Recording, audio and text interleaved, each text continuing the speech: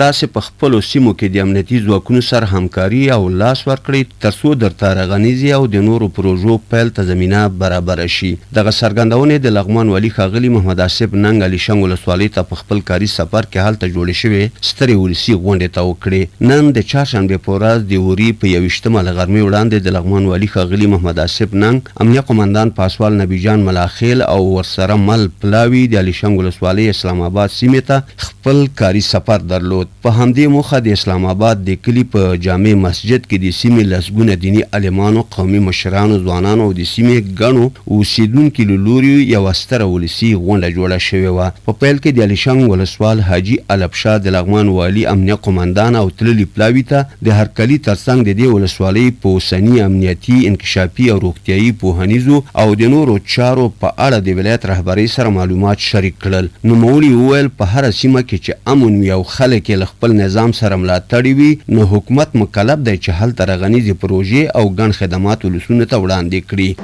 زموږ د ملي اردو، ملي پولیس، ملي امنیت سربازان، منصوبین د لغمان د ولسونو د تامین د امنیت په خاطر باندې تمام ورځ د سیمې منطقې د امنیت د تامین په خاطر ترڅو خلک سوکاله په امنیت کې شپې تېرې کړي.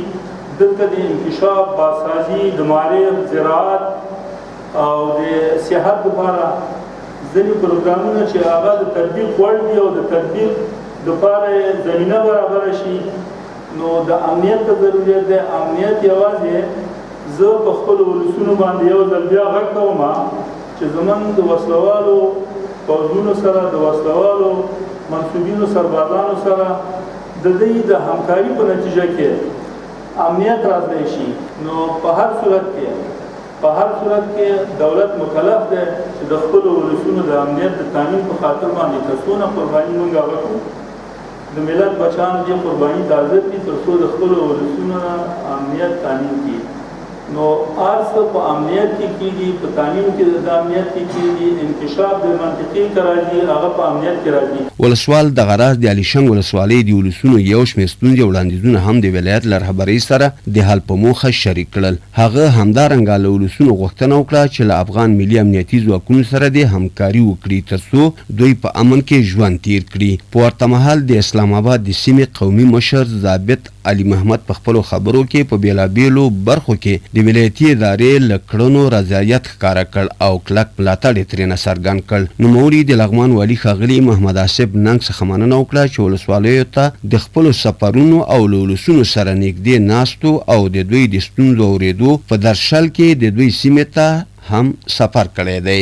ضابط علي محمد وویل دوی له امنیتي ځواکونو او نظام څخه ملاتړي دي خو ولایتي اداره دې ورته د پوهنې، روغتیا، کرنې او انکشاف په برخه کې لا ځانګړې پاملرنه وکړي. د لغمان والي ښاغلي محمد ننګ جوړې شوې غونډې ته لومړی په خپلې لارښوونکې او عالمانه وینا کې ولسونه خپل اسلامي او ملي مسؤلیت ته متوجه کړل. هغه وویل د الیشنګ ولسوالۍ ته یې له دې وړاندې هم سفرونه کړي او تیر ځل یې د 80 میلیون افغانیو په لسگونه سترې او کوچنۍ پروژې پای او پیل کړي. دوستای عزیز، هفتمین سفر است به ولسوالی الیشنگ به این منطقه و 4 سفر ما به قرغی کردیم، سفرهای رسمی که پلان شده باشد و 3 سفر به الینگار کردیم و 2 سفر به دولتشاه کردیم و 2 سفر هم به بادبخت کردیم. و این منطقه دفعه قبلی که آمده بودم با ارزش 71 میلیون افغانی ما پروژه دادیم و شما در جریان هستین، این تفاصیلش به شما معلوم است. اونجا انداخت شد.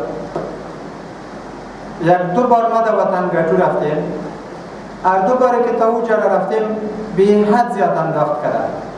میخواستم مکاسره و اونجای بند ببینیم، هم یک پوسته است در سر بلندی اردوی ملی نمیشد. پایین بچه ها گفت افغان میشن.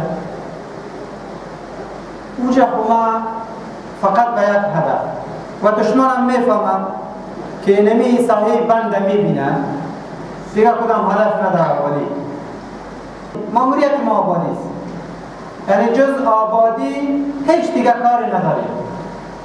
و جز آبادی که ما محافظتش سر نظام امنیتی ما میکنیم دیگه وظیفه نداره.